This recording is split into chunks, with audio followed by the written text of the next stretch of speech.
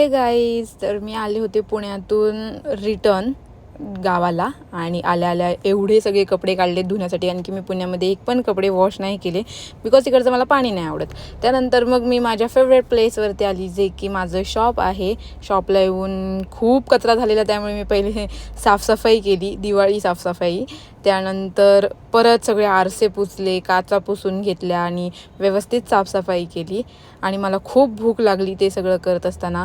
मग मी माझा फेवरेट वडापाव, देवळेकर वडापाव खायला गेली आणि वडापाव खाल्ला.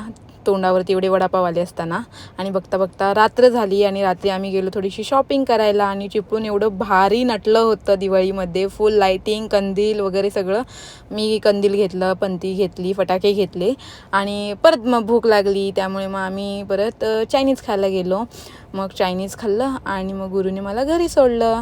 तर घरी येऊन मग मी थोडीशी माझ्या मनीसोबत खेळले आणि झोपून गेले. भेटूया नेक्स्ट व्लॉगमध्ये. Bye bye.